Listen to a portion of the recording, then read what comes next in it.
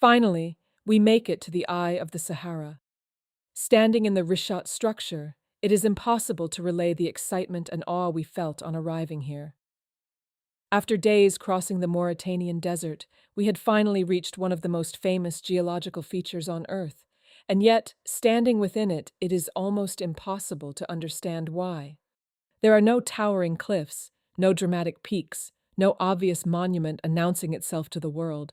Instead, there is sand, rock, low ridges stretching away into the Sahara. And yet, this seemingly unremarkable landscape is one of the most extraordinary geological formations on Earth.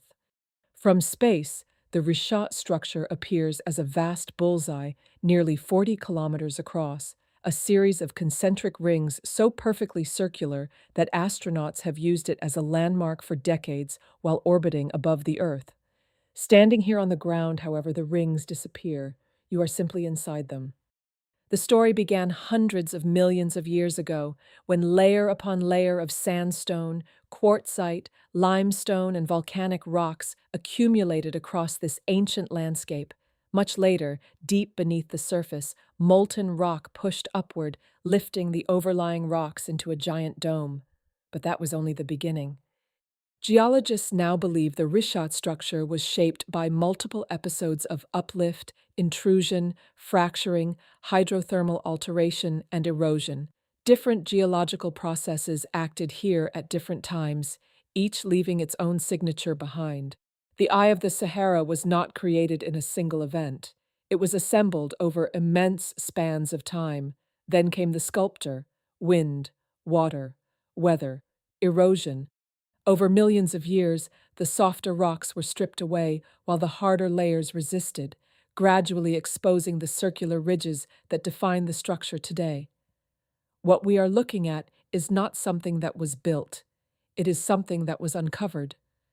Because of its extraordinary shape, some people have suggested the Richat structure might be the lost city of Atlantis. The idea is understandable. Viewed from space, the resemblance can seem striking, but the science tells a different story. There are no buried walls, no canals, no evidence of a vanished civilization hidden beneath the desert sands.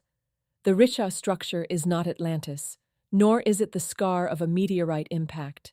It is a natural geological formation whose history stretches far beyond human memory.